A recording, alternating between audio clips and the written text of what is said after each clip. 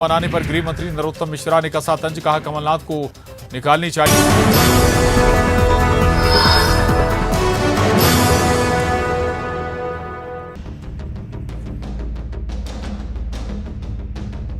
छत्तीसगढ़ के नक्सल प्रभावित कांकेर जिले में नक्सलियों ने जमकर उत्पात मचाया। यहां कोयली बेड़ा विकासखंड के घोर नक्सल प्रभावित ग्राम आलपरस में सड़क निर्माण में लगे 9 वाहनों को आग के हवाले कर दिया गया। नक्सलियों ने एक जेसीबी समेत 8 ट्रैक्टर को आग लगा दी। कांकेर एसपी शलभ सिन्हा ने बताया कि चिलपरस कैंप से 7 किलोमीटर के अंदर आलपरस गुंदुल जाने वाला मार्ग में प्रधानमंत्री ग्राम सड़क योजना के तहत सड़क का निर्माण ठेकेदार द्वारा किया जा रहा था। अभी 2 दिन पहले ही काम शुरू हुआ था। बताया जाता है कि इसकी सूचना पुलिस विभाग को नहीं दी गई थी, जबकि अंदरूनी इलाकों में हमेशा कोऑर्डिनेशन में काम करना पड़ता है। जब भी अंदरूनी इलाकों में काम होता है तो सुरक्षा की स्थिति का जायजा लिया जाता है। ऐसे में मौके का फायदा उठाकर नक्सलियों ने आतंक का परिचय दिया। मामले की जांच की जा रही है।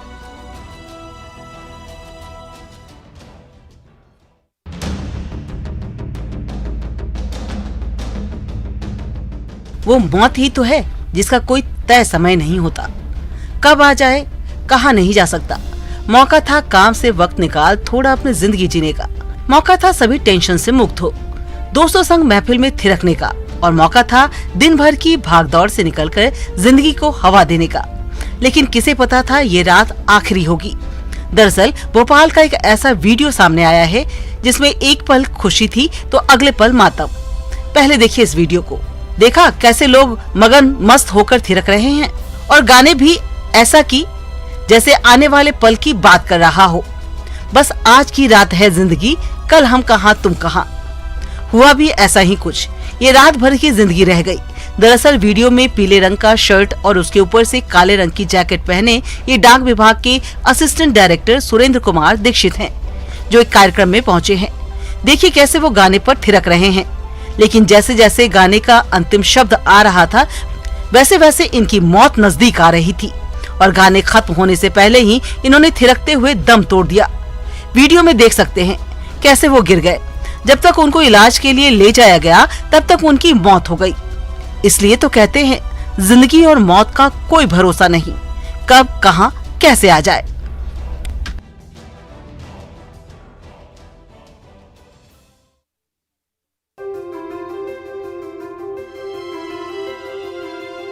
मुंबई में दिव्य दरबार सजा था। छतरपुर वाले बागेश्वर धाम के महाराज कथा बांच रहे थे। घंटों तक ज्ञान की गंगा बही, अर्जियां लगाई गईं, पर्चियां लिखी गईं। जैसे ही कार्यक्रम खत्म हुआ तो भगदड़ मच गई।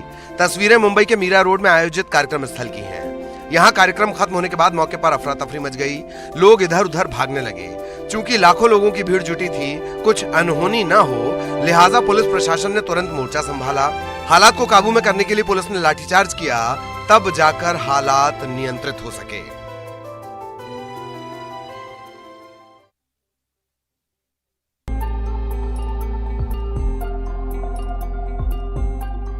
छत्तीसगढ़ के बलौदा बाजार जिला मुख्यालय से करीब 70 किलोमीटर दूर अर्जुनी परिक्षेत्र के गांव कोर्राडीह में एक ऐसा तालाब है जिसे लेकर ये दावा किया जा रहा है कि तालाब में नहाने और उसकी मिट्टी लगाने मात्र से दाद, खाज, खुजली जैसे चर्म रोग खत्म हो जाते हैं। इस तालाब का नाम खसवा तालाब है, जो जंगलों के बीच स्थित है।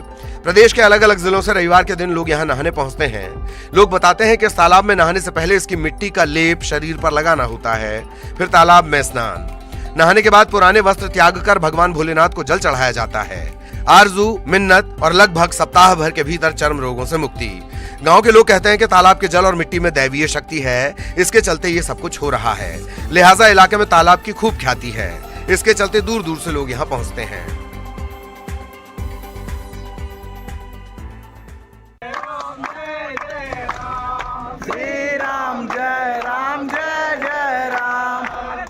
खेत खलिहान, ग्रामीणों की तादाद, खुदाई को तैयार जेसीबी और ग्रामीणों का विरोध का अंदाज भी अलबेला।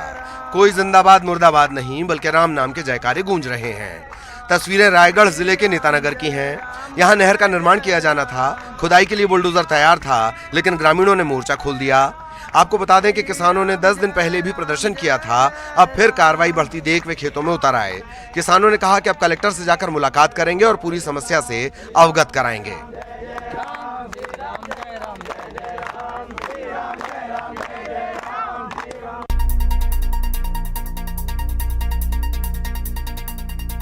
मुरैना जिले के चंबल नदी में हुए हादसे के बाद से रेस्क्यू ऑपरेशन लगातार जारी है। रेस्क्यू टीम ने लापता एक और शव को बरामद किया है। इसके साथ ही अब तक नदी से 6 लोगों के शव बरामद हो चुके हैं। मध्य प्रदेश, राजस्थान, उत्तर प्रदेश के गोताखोरों की 18 टीम रेस्क्यू ऑपरेशन में जुटी हैं। पुलिस, एनडीआरएफ और एसडीआरएफ के जवान भी मौजूद हैं। दरअसल शिवपुरी जिले के सिलायचौन गांव निवासी कुशवाहा समाज के 17 लोग करौली माता मंदिर के दर्शन करने के लिए निकले थे।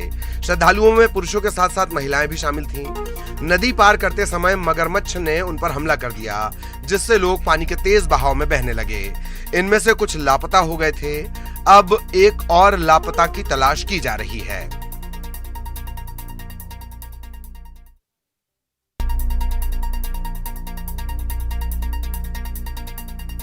स्टेज पर बॉडी बिल्डर्स का जमावड़ा, जिन्हें देखने के लिए उमड़ी है भारी भीड़।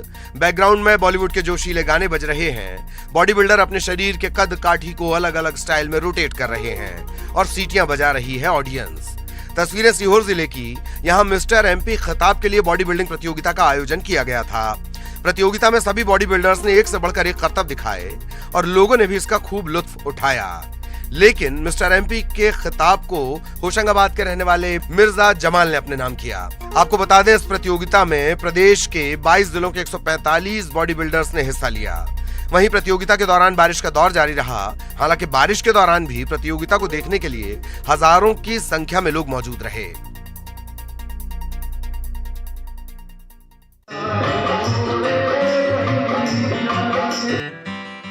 एक तरफ लगातार बारिश और दूसरी तरफ संगीत की धूम।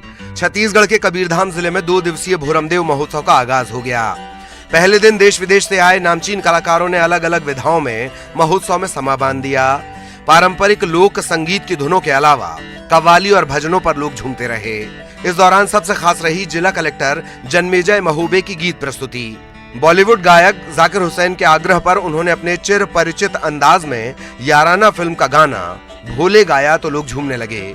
महोत्सव का आगाज वैदिक मंत्रोच्चार और दीप प्रज्वलन के साथ हुआ। जिले के प्रमुख मंदिरों के पुजारियों ने इस रस्म का विधिवत पालन कर 17वें भोरमदेव महोत्सव का शुभारंभ किया। छत्तीसगढ़ की सुप्रसिद्ध पंडवानी लोक गायिका रितु वर्मा ने शानदार प्रस्तुति देकर मंच का मान बढ़ाया। लोगों ने सांस्कृतिक कार्यक्रमों का खूब लुत्फ उठाया।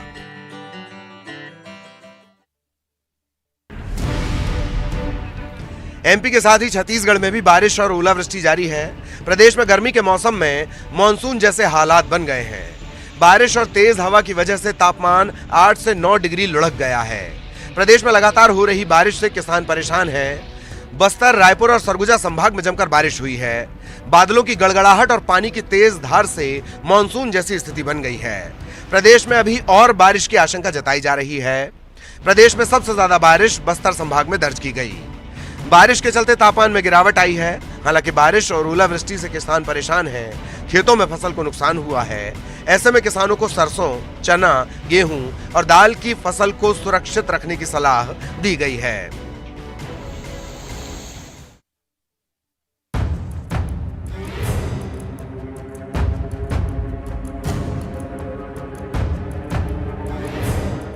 सड़क से लेकर खेतों तक बिछी बर्फ की चादर।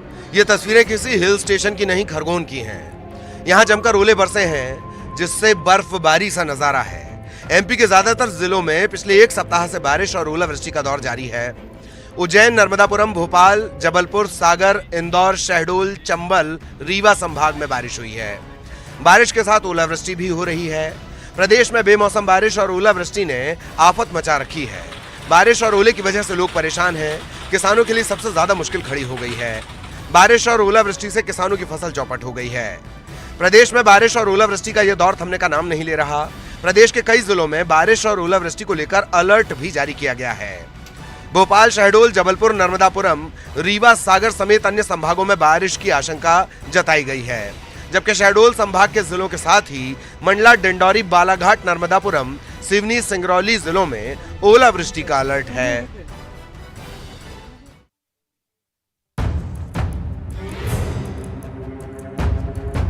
बेमौसम बरसात की मार अब फसलों के नुकसान तक सीमित नहीं है। छिटपुट हो रही लगातार बारिश के कारण नदियों का जलस्तर बढ़ने लगा है। तस्वीरें कन्हर नदी की हैं जो उफान पर है। नदी का जल स्तर इतना बढ़ गया कि रामानुजगंज में बने एनीकट के ऊपर से पानी का बहाव हो रहा है। पानी की तेज धार डरावनी है, जान जोखिम में डालकर लोग आवाजाही कर रहे हैं। वहीं मौसम अब भी बेईमान है। रामानुजगंज नगर पंचायत इलाके में करीब 25,000 की आबादी है। पेयजल के लिए लोगों को कन्हर नदी पर निर्भर रहना पड़ता है। गर्मी के दिनों में कन्हर नदी सूख जाने के बाद पेयजल की किल्लत देखने को मिलती है। नदी का जल स्तर बढ़ने से पेयजल की समस्या से फिलहाल कुछ दिनों के लिए राहत जरूर मिलेगी।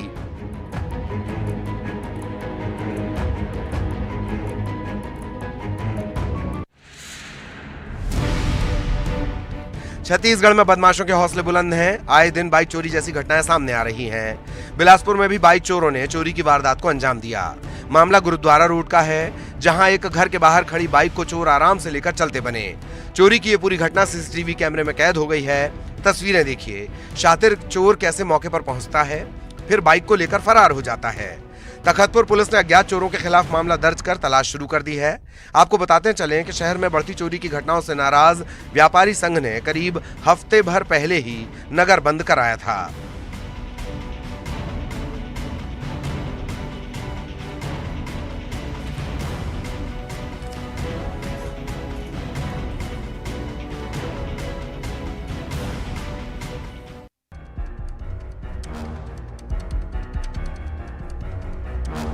सड़क, पुल, शिक्षा की मांग को लेकर ग्रामीणों के सब्र का बांध टूट पड़ा।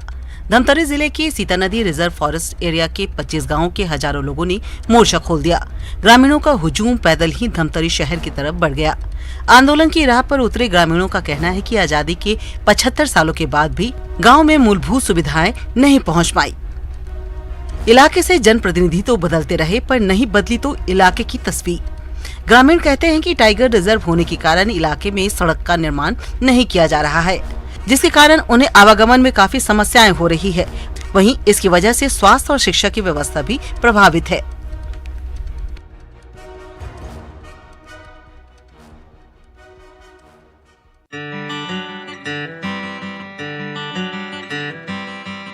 मध्य प्रदेश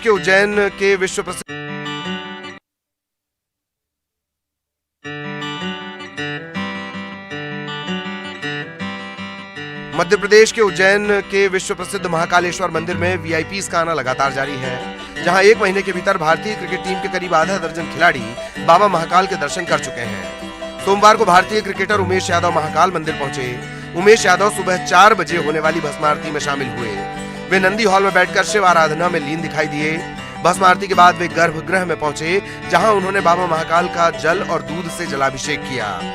मंदिर समिति के नियम के मुताबिक उन्होंने धोती और शोला पहन रखा था। मीडिया से चर्चा में उन्होंने कहा कि बाबा महाकाल से प्रार्थना की है कि देश दुनिया में सुख शांति बनी रहे।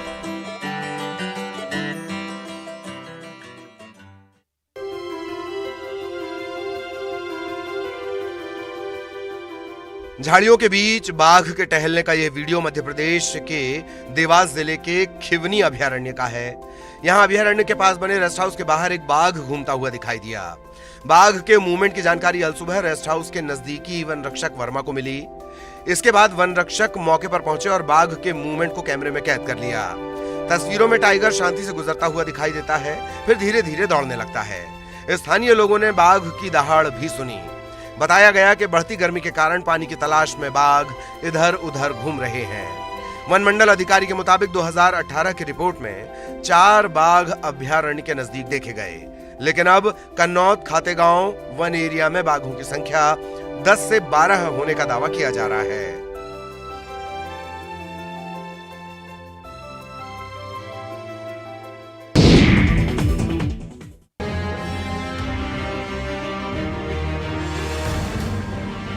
सरगुजा का सोनपुर कला गांव ड्राई जोन में आता है। गर्मी आते ही ग्रामीण पीने के पानी के लिए दर-दर ठोकरें खाने लगते हैं। सरकार ने जल क्रांति मिशन के जरिए गांव में पानी पहुंचाने की पहल की, लेकिन जिम्मेदारों की उदासीनता की वजह से योजना ठंडे बस्ते में डाल दी गई। बारिश के दिनों में ग्रामीणों का काम चल जाता है, लेकिन गर्मी आते ही पानी की समस्या विकराल रूप ले लेती है। कलेक्टर कुंदन कुमार गाँव में टीम भेजकर ग्रामीणों को समस्या से निजात दिलाने का हवाला दे रहे हैं। जनप्रतिनिधियों की माने तो नगर निगम इलाके के आश्रित गांव में मूलभूत सुविधाएं पहुंचाने का काम नगर पालिका का होता है, लेकिन नगरीय प्रशासन की उदासीनता की वजह से गांव में अब तक पानी नहीं पहुंच पाया है।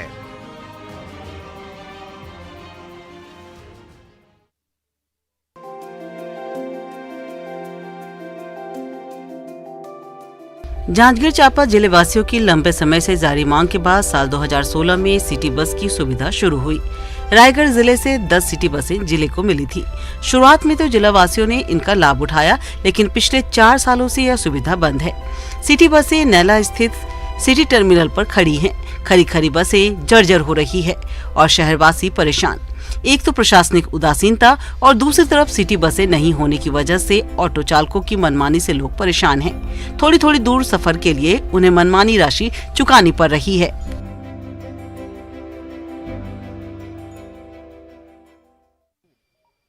एशिया का सबसे बड़ा ट्यूलिप गार्डन पर्यटकों के लिए खोल दिया गया है, जिसका उद्घाटन उपराज्यपाल मनोज सिन्हा ने किया। श्रीनगर की प्रसिद्ध डल झील के किनारे बने इस ट्यूलिप गार्डन में 15 लाख से ज्यादा फूल हैं। पर्यटक इस साल ट्यूलिप की 4 नई किस्मों के अलावा 15 लाख से अधिक खिले ट्यूलिप को निहार सकेंगे। ट्यूलिप गार्डन पर्यटकों के लिए हर दिन सुबह 9 बजे से शाम 7 बजे तक खुला रहेगा। एशिया के सबसे बड़े ट्यूलिप गार्डन में ट्यूलिप की 68 किस्मों के अलावा डैफोडिल, जलकुंभी, मस्करी के आकर्षक फूल आकर्षण का केंद्र रहेंगे। लेकिन इस बार उद्यान को और ज्यादा आकर्षित करने के लिए विशेष प्रबंध किए गए हैं। श्रीनगर के प्रसिद्ध डल झील के किनारे जबर वन की पहाड़ियों की तलहटी में स्थित ट्यूलिप गार्डन लगभग 30 हेक्टेयर भूमि में फैला हुआ है। पिछले साल यहां 3,60,000 लोग आए थे, जो कि खोले के जाने के बाद से सबसे ज्यादा है। झीलों की नगरी उदयपुर में प्रकृति और पक्षी प्रेमी ललित लोहार ने गौरैया के संरक्षण के लिए अनूठी पहल शुरू की है। उन्होंने अपने घर में 70 से अधिक घोंसले बनाकर लगाए हैं। विश्व गौरैया दिवस के उपलक्ष्य पर खुशी की बात यह है कि अधिकतर घोंसलों में गौरैया के अंडे और बच्चे मौजूद हैं।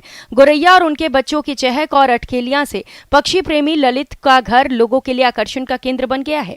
ललित ने घोंसले इस प्रकार से बनाए हैं कि जो कि आसानी से गौरैया को अपनी ओर आकर्षित कर सके। ललित दूसरे लोगों को भी घरों में गौरैया के संरक्षण के लिए घोंसले बनाने के लिए प्रेरित कर रहे हैं। ललित का मानना है कि इस प्रकार की सभी लोग पहल करें तो पक्षी संरक्षण की दिशा में महत्वपूर्ण आयाम स्थापित किए जा सकते हैं। गौरैया आदि पक्षियों के घरों में रहने से सकारात्मक ऊर्जा मिलती है। लगभग बीच में न्यूज़ चैनल और मीडिया से के माध्यम से पता पड़ा कि गौरैया का बिल्कुल विलुप्त हो चुकी है। तो उसको संरक्षण के लिए मैंने लगभग 8 वर्ष पूर्व यहाँ पे अपने प्रयास से यहाँ पे घोंसले लगाए चिड़िया के। उसके अंदर सभी के अंदर उन्होंने बच्चे दे रखे, किसी में अंडे दे रखे, किसी में बच्चे तैयार होकर उड़ चुके हैं। तो उनको देखकर अलग ही अनुभूति होती है। बाबा केदारनाथ धाम के कपाट 25 अप्रैल 2023 को श्रद्धालुओं के दर्शनार्थ खोले जाने हैं। इसे लेकर प्रशासन की तैयारियां जोरों पर हैं। लेकिन केदारनाथ में बीते कुछ दिनों में मौसम में हुए बदलाव ने प्रशासन की मुश्किलें बढ़ा दी हैं। एक ओर जहां कर्मचारियों द्वारा केदारनाथ धाम के रास्तों से लगातार बर्फ हटाई जा रही है, वहीं दूसरी ओर रोजाना हो रही बर्फबारी से मुश्किलें बढ़ रही है। जिला प्रशासन ने सभी विभागों को मार्च के अंत तक अपनी तैयारियां पूर्ण करने के निर्देश दिए हैं। इसके साथ ही श्रद्धालुओं को यात्रा में किसी भी तरह की परेशानी न हो, इसके लिए लगातार बैठकें की जा रही है। जी बिल्कुल, कुछ दिनों से मौसम खराब होने की वजह से लगातार केदारनाथ धाम में बर्फबारी हो रही है और हमारा जो ट्रैक रूट है उस पर भी काफ़ी बारिश हो रही है। तो इसमें हमारी जो टीम वहाँ पर पहुँच गई है वो लगातार बर्फ हटाने का काम तो कर ही रही है, परंतु कुछ ऐसे निर्माण कार्य हैं जो हमारे अभी प्रभावित हो रहे हैं मौसम खराब होने की वजह से।